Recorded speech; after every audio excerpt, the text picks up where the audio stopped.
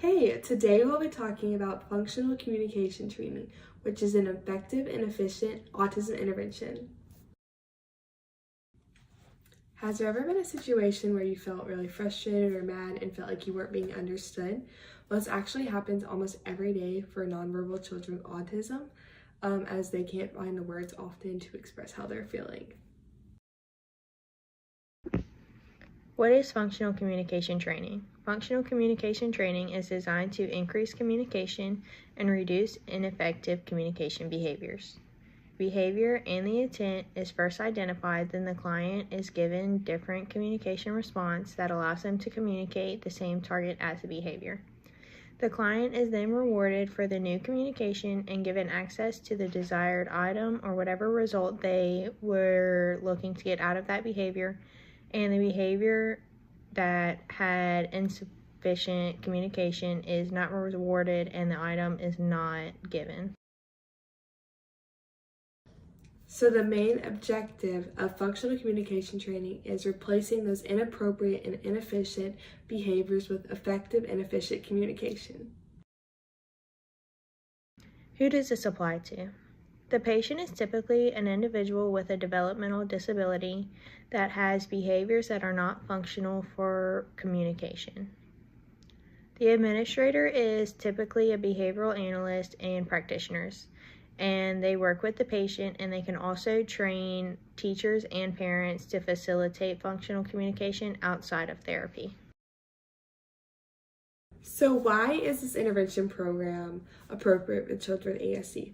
Well, we see inappropriate behaviors a lot in children with autism as they use it as a response or try to use it as a means of communication when it's necessarily inappropriate and it's not effectively communicating what they want, especially if they just want water or they want space or they want more time on an activity and they just elicit that with a maladaptive behavior, inappropriate behavior, and that's not effectively communicating to whoever they're trying to communicate that to. So this communication program of functional communication allows for that as an intervention to increase that effective and efficient behavior. So before conducting this training fully, you have to do a functional analysis, and this helps identify when and where these behaviors are occurring in means of communication. Especially when they're trying to communicate something, but it's not communicated appropriately. The first step is to identify the function of behavior and what is eliciting to that. Is it because they want attention or are they really upset? And also identifying if that inappropriate behavior is an escape behavior in the sense that they just really want attention, but they don't have any other means to communicate that.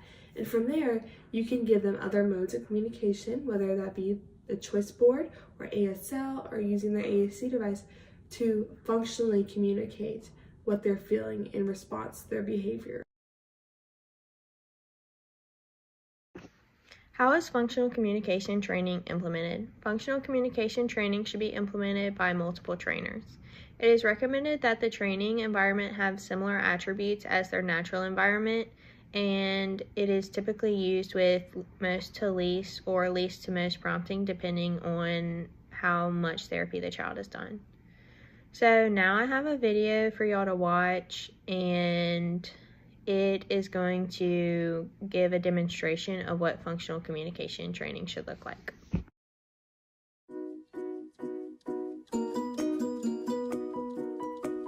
Hi everyone! Today we're going to be showing you what it looks like to model appropriate gestures to gain a desired item. I'm going to be playing the role of the teacher or the parent. Jason's going to be our student, and we have Melissa here who's going to help facilitate the gesture when Jason reaches or does not perform that want gesture that we're looking for. We're going to start by getting a highly motivating item. In this case, it is M&Ms because they are Jason's favorite. And we're going to show you what it looks like. Here we go. More. More. Good job. More. More. More. Awesome, Jason. Good job.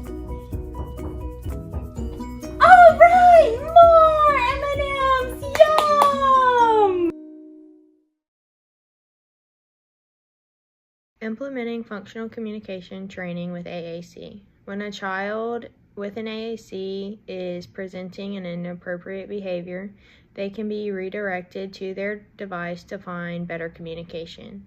For example, if a child is doing work and is getting frustrated and they begin to push the work off of their desk or have an inappropriate behavior, the child can be redirected to their device and they can ask for a break.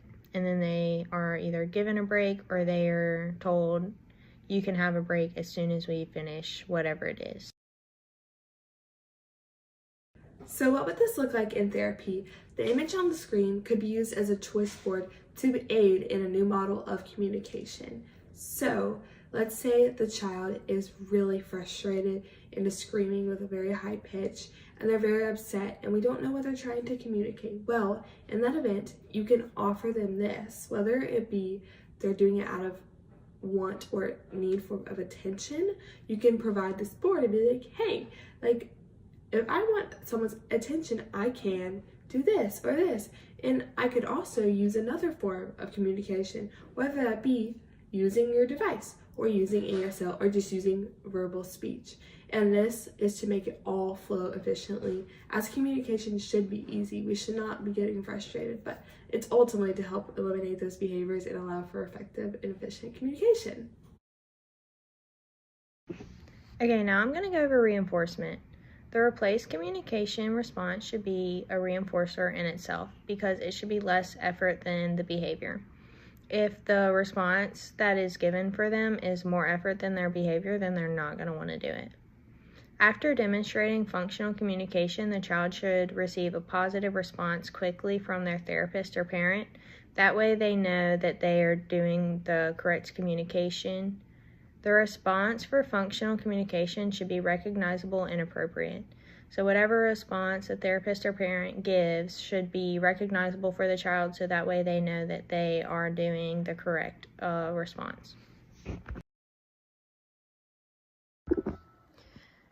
I'm going to give you some benefits of functional communication training. Functional communication training reduces frustration caused by inappropriate behaviors for both the child and the family. When the behaviors are replaced by communication, it allows the family to communicate more freely. Functional communication training is applicable in daily use. It reduces inappropriate and harmful behaviors. This is beneficial for both the family and the child because sometimes the behaviors can be harmful to the child. Increase functional communication. So the child is able to communicate their needs better. They are able to tell people how they want things, what they want, and they see that if they just communicate, then they are able to get what they want more easily. So looking at research, all this data was pulled from the largest data collection of functional communication training information.